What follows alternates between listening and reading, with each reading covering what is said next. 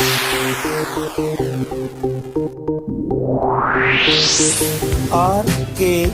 स्वागत है दोस्तों आपका एक बार फिर से हमारे YouTube चैनल RKB कैंफी वीडियोस में।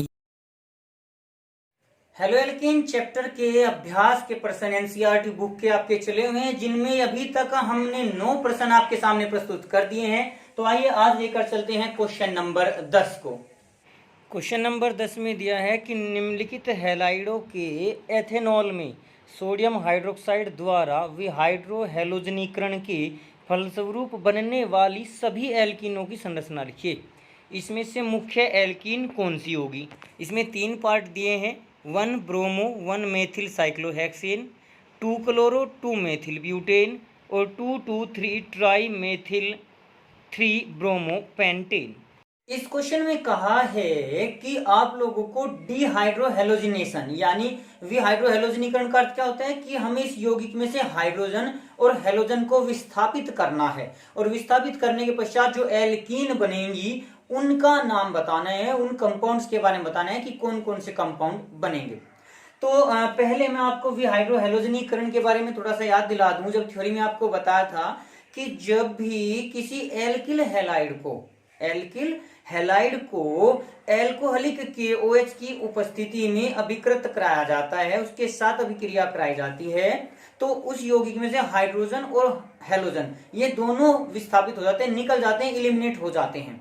तो इस प्रकार से बने फिर हमें एल्कीन प्राप्त होती है, और इसके लिए हमने आपको सेटजेफ नियम बताया था कि हेलोजन उस परमाणु से निकलता है जहां पर हाइड्रोजन कम होते हैं।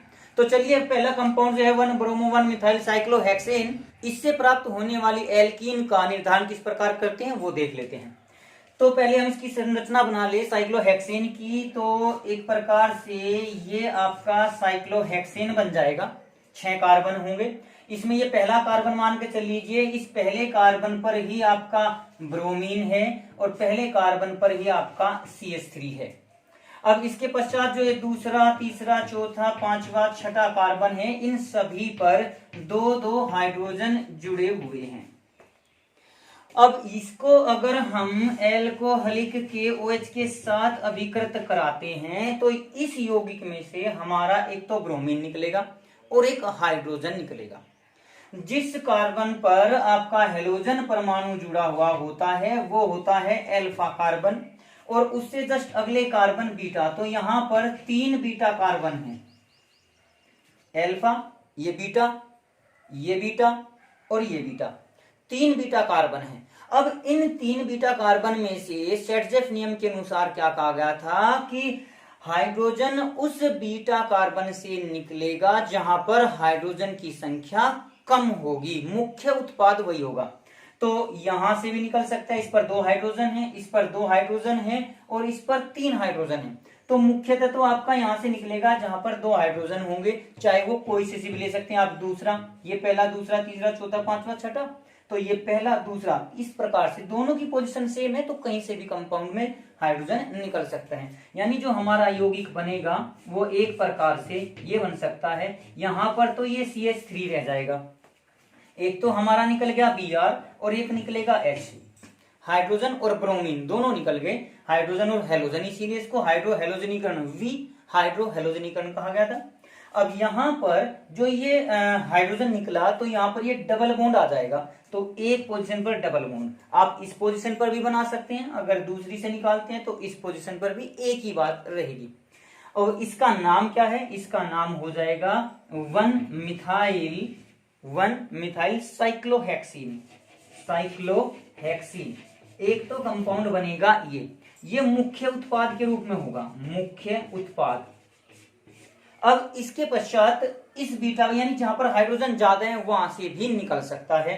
तो इस अवस्था में जो बनने वाला यौगिक होगा वो कुछ इस टाइप से होगा, यहां डबल बॉन्ड CH2 आ जाएगा, केवल डबल बॉन्ड CH2 के रूप में संरचना इस प्रकार से निर्मित हो जाएगी। अब इसका नाम हो जाएगा, ये जो समूह होता है CH2 ये मैथिलीन होता है, मैथिलीन और डबल बॉन्ड, तो इसमें मैथिलीडीन साइक्लोहेक्सीन के रूप में इसका नाम लिखा जा सकता है। ये आपका गौण उत्पाद होगा, गौण उत्पाद यानी माइनर प्रोडक्ट होगा, ये कम मात्रा में, ये 80% बनता है तो ये 20% बनेगा, बनेंगे दोनों कंपाउंड, ये 95% होगा, ये 5%, यानी ये कम मात्रा में बनेगा। तो ये दोनों संभव यौगिक हो सकते हैं इस 1 ब्रोमो 1 मिथाइल साइक्लोहेक्सेन के विहाइड्रो हैलोजनीकरण से। इस क्वेश्चन में 3 खंड दिए हैं, ये अभी पहला खंड है। चलिए अगले 2 खंड जब हम समझेंगे तो ये क्रिया बिल्कुल क्लियर हो जाएगी, इसमें किसी प्रकार का कोई आपको सेंशन नहीं रहेगा। चलिए दूसरे कंपाउंड को देख लेते हैं। दूसरा कंपाउंड हमें दिया है 2 क्लोरो 2 मेथिल ब्यूटेन। ब्यूटेन, इसमें 4 कार्बन है, यानी ये हो जाएगा CH3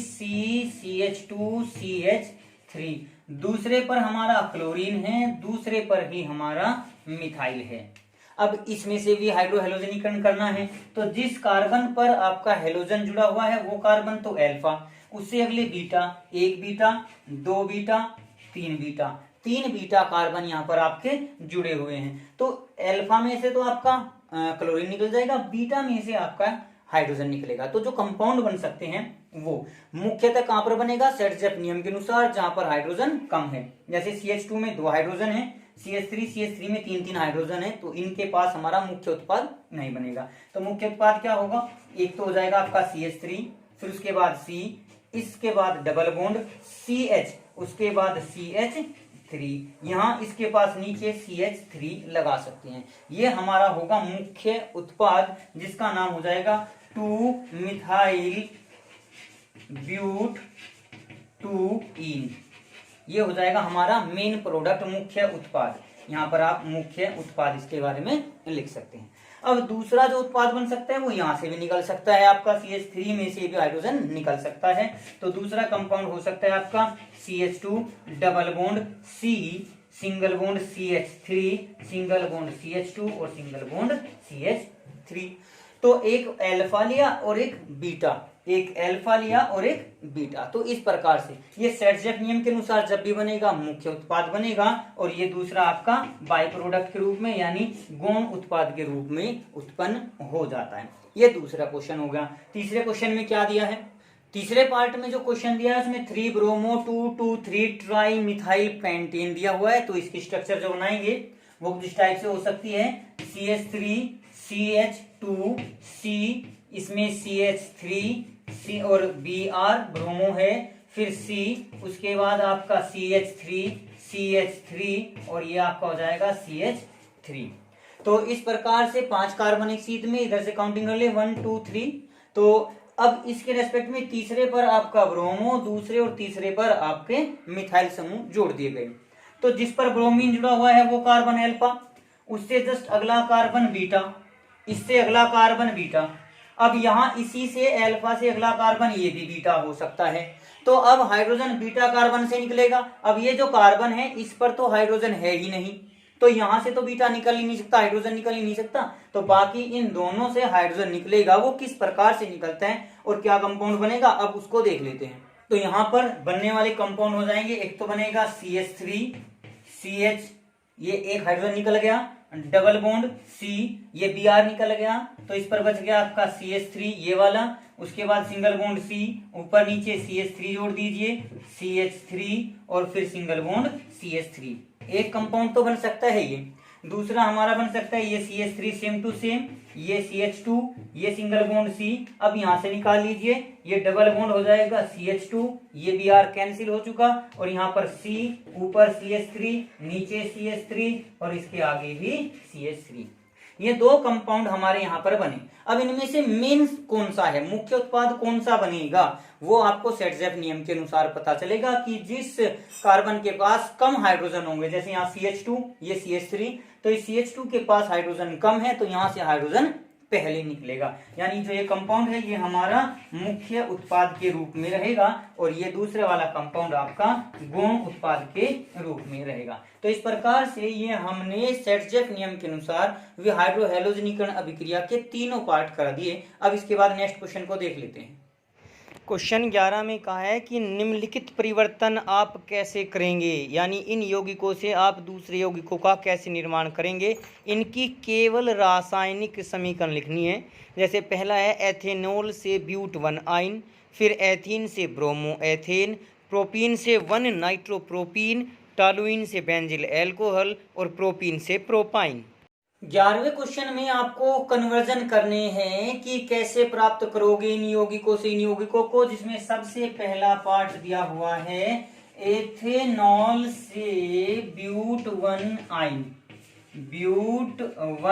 आइन बनाना है। तो इन कन्वर्जन को आप किस प्रकार से करती हैं, देखिए इनमें सबसे पहली बात आपको जिस पदार्थ से जो पदार्थ बनाना है उनके मोलिकुलर फॉर्मूले यानी अणुसूत्र पता होने चाहिए। उनके सही सही सूत्र भी अगर आपको पता है तो भी आप अभिक्रिया लिख सकते हैं और आपको मार्क्स पूरे मिलेंगे। जैसे एथेनॉल होता है CH3CH2OH और ब्यूट वन आयन होगा CH3CH2C ट्रिपल बॉन्ड CH। इस प्रकार से इन दोनों को लिखा जा सकता है। अब हमें यह देखना है कि इनके बीच में कौन कौन से अभिकर्मक यूज किए गए, पदार्थ यूज किए गए। तो देखिए यहाँ CH3CH2 दो कार्बन से हमारे 4 कार्बन आ गए और एक ट्रिपल बॉन्ड भी आ गया। तो इसके लिए हम सबसे पहले इस OH के स्थान पर हटा के, आपको थ्योरी में बताया गया था, हेलोजन को ला सकते हैं। तो यहाँ पर अगर हम PCl3 या PCl5 की अभिक्रिया कर लें, HCl की अभिक्रिया कर लें, तो ये बन जाएगा CH3CH2Cl। अब इस Cl को हटाना है और उसके स्थान पर C ट्रिपल बॉन्ड CH लाना है। तो यहाँ आपको ये एक स्पेशल समीकरण बताई गई थी कि अगर NaC ट्रिपल बॉन्ड CH की अभिक्रिया कर दें, सोडियम एसिटिलाइड की अभिक्रिया कर दें, तो यहाँ से ये NaCl अलग निकल जाता है और CH3CH2CCH CH3CH2C triple bond CH का निर्माण हो जाता है। देखिए ये अभिक्रियाएं कुछ स्पेसिफिक होती हैं कि यहाँ पर जब हमें क्लोरीन लाना है तो PCl5 की अभिक्रिया करानी पड़ेगी। यहाँ पर हम H2O की अभिक्रिया कराकर इस PCl5 के इस Cl को नहीं ला सकते। तो आपको कुछ कंपाउंड स्पेशली याद रखने होंगे कि हमें कौन सा पदार्थ रखना है। चलिए अब सेकंड पार्ट को देख लेते हैं, उसमें क्या दिया है। दूसरे पार्ट में आपको कहा है एथेन से ब्रोमो एथेन बनाना है। तो एथेन होता है CH3CH3 और इसमें हमें ब्रोमो एथेन बनाना है, तो ये हो जाएगा CH3CH2Br, ये ब्रोमो एथेन होगा। अब इसका निर्माण देखिए, एक हाइड्रोजन हटाकर केवल उसकी जगह ब्रोमीन आया, यानी ये प्रतिस्थापन अभिक्रिया है। ये आप लोगों ने पढ़ा था कि जब सूर्य के प्रकाश की उपस्थिति में हेलोजनों की क्रिया कराई जाती है तो एल्केन एल्किल हैलाइड में परिवर्तित हो जाते हैं। ये सूर्य के प्रकाश को प्रदर्शित करेगा H न्यू। तो ये दूसरा पार्ट आपका कंप्लीट। तीसरे पार्ट में प्रोपीन से 1 नाइट्रोप्रोपीन बनाना है। तो प्रोपीन यानी हो जाएगा CH3CH डबल बॉन्ड CH2, ये तो होता है प्रोपीन। अब यहाँ पर बनाना है 1 नाइट्रो यानी CH3CH2 सिंगल बॉन्ड CH2NO2, ये बनाना है। अब इसमें देखना CH3CH एक H और CH2 के साथ एक NO2 यानी HNO2 एक्स्ट्रा इसमें बढ़ गया है। तो HNO2 लाने के लिए हाइड्रोजन जोड़ने के लिए पहले अभी जैसे हमारा ये एल्केन का चैप्टर चला हुआ है तो उसके अनुसार सबसे पहले हमें इसमें हेलोजन का प्रतिस्थापन या योग करना होगा। तो हेलोजन को लाने के लिए यहाँ पर HBr का योग कर दीजिए। HBr मार्कोनी-काफ नियम के अनुसार हो सकता है, एंटी मार्कोनी-काफ नियम के अनुसार। तो यहाँ पर हमारे दो कंपाउंड बन सकते हैं। एक तो बन सकता है CH3CH और CH3, दूसरा बन सकता है हमारा CH3CH2 और Br। तो यहां पर देखिए ये पहले स्थान पर ब्रोमीन आया, यहां पर दूसरे स्थान पर ब्रोमीन आया।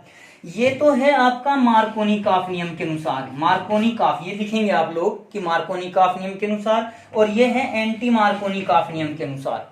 तो आप लोगों को देखना होगा कि अगर हमें 2 ब्रोमो बनाना है तो फिर हमें मार्कोनी-काफ नियम के अनुसार समीकरण लिखनी होगी, और अगर हमें 1 ब्रोमो बनाना है तो एंटी मार्कोनी-काफ नियम के अनुसार अभिक्रिया करानी होगी। अब इसी में ही अगर हम अभिक्रिया कराते हैं AgNO2 की सिल्वर नाइट्राइड की, AgNO2 की, तो यहां पर ये आपका NO2 प्रतिस्थापित हो जाएगा, ब्रोमीन के द्वारा ब्रोमीन हटा जाएगा और ये आपका NO2 आ जाएगा। अब एक बात ध्यान रखना, देखिए अगर हम इसके साथ अभिक्रिया कराते हैं तो हमें 2 नाइट्रोप्रोपेन प्राप्त होगा, और अगर इस दूसरे कंपाउंड के साथ कराते हैं तो 1 ब्रोमो के स्थान पर 1 नाइट्रोप्रोपेन प्राप्त हो जाएगा। तो आपको इस आधार पर देखना है कि क्वेश्चन में कौन सा पूछा है। एक बात और ध्यान देने की यहाँ पर होगी, ये AgNO2 के साथ अभिक्रिया कराई अगर हम यहाँ पर KNO2 के साथ करा देंगे तो फिर हमें ONO का कंपाउंड प्राप्त होगा, नाइट्राइट कंपाउंड प्राप्त होगा। जो थ्योरी पढ़ाई गई थी वहां पर हमने आपको AgCN, KCN, AgNO2 और KNO2 इनके द्वारा बनने वाले अलग अलग यौगिकों के बारे में जानकारी दी थी कि ऐसा क्यों होता है। तो आप उस क्यों को समझने के लिए हमारी थ्योरी की वीडियो को देख सकते हैं। चलिए अगले 2 क्वेश्चन और ले लेते हैं। जो चौथा पॉइंट आपका दिया है उसमें कहा है टोलुइन से बेंजिल एल्कोहल। तो टोलुइन होता है हमारा C6H5CH3 और इससे हमें बेंजिल एल्कोहल यानी C6H5CH2OH बनाना है। ये अभिक्रिया हमें यहाँ पर तैयार करनी है। तो इसमें देखिए टोलुइन के साथ वही फिर हेलोजन वाला चैप्टर है, तो सबसे पहले हेलोजनों की क्रिया करा दीजिए। अब हेलोजन की अभिक्रिया इसमें 2 प्रकार से हो सकती है। अगर हम बॉइलिंग में यानी गर्म टोलुइन के साथ उबलते हुए टोलुइन में क्लोरीन पास कराएं तो फिर हमारा यौगिक बनता है CH2Br, यानी जो पासर रिंग है यानी CH3 है हमारा पासर चेन में हेलोजन प्रतिस्थापित हो जाता है। लेकिन अगर हम ठंडी टोलुइन में हेलोजन वाहकों की उपस्थिति में ब्रोमीन की क्रिया, क्लोरीन की क्रिया, हेलोजन की क्रिया करा दें FeBr2 की उपस्थिति में, FeBr3 की उपस्थिति में, तो फिर यहाँ ये बेंजीन रिंग में प्रतिस्थापन होगा। CH3 ये ऑर्थो पोजीशन पर ब्रोमीन आ जाएगी, पैरा पोजीशन पर आ जाएगी, क्योंकि जो CH3 मेथिल समूह होता है उसका दैशिक प्रभाव ऑर्थो और पैरा होता है। इस दैशिक प्रभाव के बारे में भी हमने विस्तार पूर्वक वीडियो प्रस्तुत की हुई है। तो हमें तो बेंजिल एल्कोहल बनाना है, इसलिए इस दूसरी अभिक्रिया की हमें आवश्यकता नहीं है। तो यहाँ पर जब हम उबलती हुई टोलुइन में क्लोरीन पास कराते हैं तो हमें बेंजिल ब्रोमाइड प्राप्त होता है, बेंजिल ब्रोमाइड। अब इसके साथ एक्वस KOH यानी जलीय KOH की अभिक्रिया करा दीजिए तो यहाँ से KBr अलग निकल जाएगा और बेंजिल एल्कोहल प्राप्त हो जाएगा। हेलोजन के स्थान पर OH समूह आ जाता है। अब प्रोपीन होता है हमारा CH3CH डबल बॉन्ड CH2 और प्रोपाइन बनाना है यानी CH3C ट्रिपल बॉन्ड CH बनाना है। डबल बॉन्ड के स्थान पर ट्रिपल बॉन्ड लाना है। अब कैसे लाएंगे? तो सबसे पहले इसमें हेलोजन की अभिक्रिया करा दीजिए, क्लोरीन की अभिक्रिया हमने करा दी तो योगात्मक अभिक्रिया बन जाएगी। यह बनेगा CH3CHCl सिंगल बॉन्ड CH2Cl। अब हमें यहां से हाइड्रोजन हटाने हैं और हेलोजन, तो हाइड्रोजन और हेलोजन हटाना अभी आप लोग को बताया कि हाइड्रो हेलोजनीकरण अभिक्रिया। तो यहाँ पर एल्कोहलिक KOH की अगर अभिक्रिया करा देंगे तो इसमें से 2 HCl निकल जाएंगे और ये CH3C ट्रिपल बॉन्ड CH प्राप्त हो जाएगा, यानी प्रोपीन से प्रोपाइन बन जाएगा। तो इस प्रकार से हम इन अभिक्रियाओं को भी लिख सकते हैं। अभी इस क्वेश्चन में आपकी 5 और इक्वेशंस बची हुई हैं, लेकिन अगर हम उन 5 इक्वेशंस को भी करते हैं तो हमारा जो वीडियो है वो बहुत अधिक लंबी हो जाएगी। तो इन बचे हुए क्वेश्चंस को हम कहेंगे कि आप करके देखिए, अदरवाइज हम तो आपको अगली वीडियो में इन्हें प्रस्तुत करेंगे ही। तो आज की वीडियो के लिए आपका धन्यवाद। आज की वीडियो में बस इतना ही। अगली वीडियो प्राप्त करने के लिए हमारे चैनल को सब्सक्राइब करें, वीडियो को लाइक करें और अगर वीडियो अच्छी लगे तो कमेंट्स करें और दोस्तों को भी शेयर करें।